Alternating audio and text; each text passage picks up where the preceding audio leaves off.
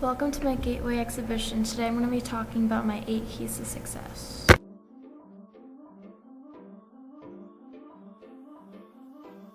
Variable number 1, positive self-concept.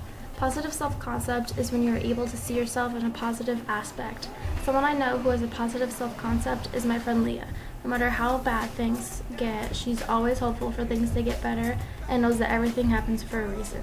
I feel that everyone struggles and strives for a positive self-concept. I definitely strive hard to get one as much as I can, and I'm still working on it. Number 2, realistic self-appraisal. What realistic self-appraisal means is you can assess things like your strengths and weaknesses, and then from there knowing different ways you can improve both on how you work with your strengths and how to improve on your weaknesses. Myself, I struggle with getting different perspectives on myself and on my work, but I really do try to assess myself not only to think about my weaknesses but my strengths as well. I do this in the beginning of the year when I was working on my online math program, when I had to find out where I was in math, what my strengths and what my weaknesses were. Number 3, skills at navigating systems and understanding of skill at dealing with discrimination.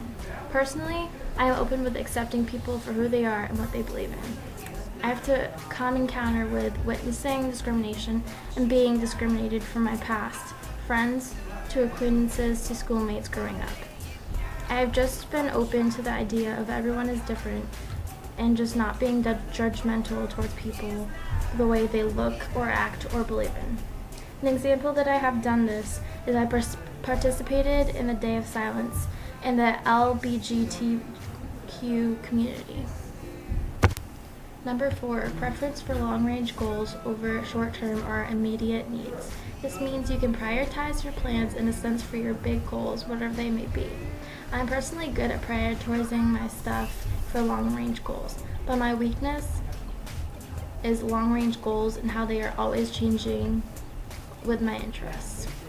How I use this cognitive variable in my life is I have been interning at 2 salons this past year, learning things, getting educated for cosmetology to make my resume look good for colleges, and to see if that's really what I want to do with my life.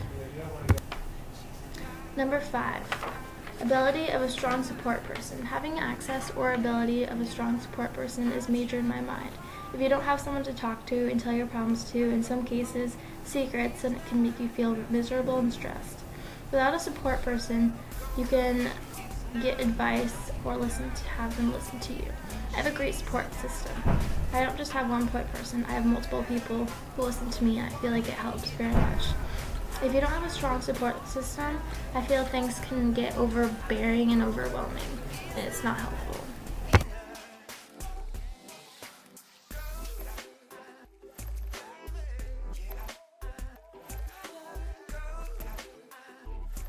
Number 6, successful leadership experience. I've had a lot of leadership experience because of my baby sister. She's really taught me to take initiative and be mature. She's definitely taught me a lot about patience, that's for sure. And just being a good role model that I can be for her. Being a leader is very important to me. It's an important trait because not having to look up to people or follow them is the best thing I can think of, and being able to lead people and be the best person I can be. Number 7, demonstrated community service and involvement. Being in Big Picture as a Big Picture student has really brought me closer to the community, whether it's just a small community in Big Picture or outside of it, like my internship.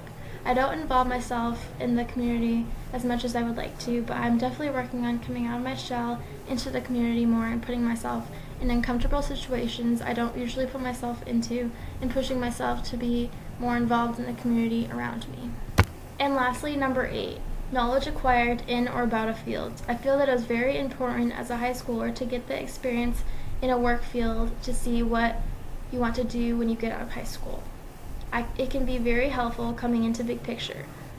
I was set on being a hairdresser. I had 2 internships set up at 2 salons, and I found out I want to do more than just be a hairdresser.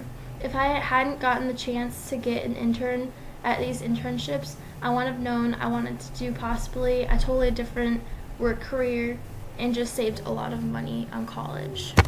And now you know the 8 keys to success. Thanks for watching.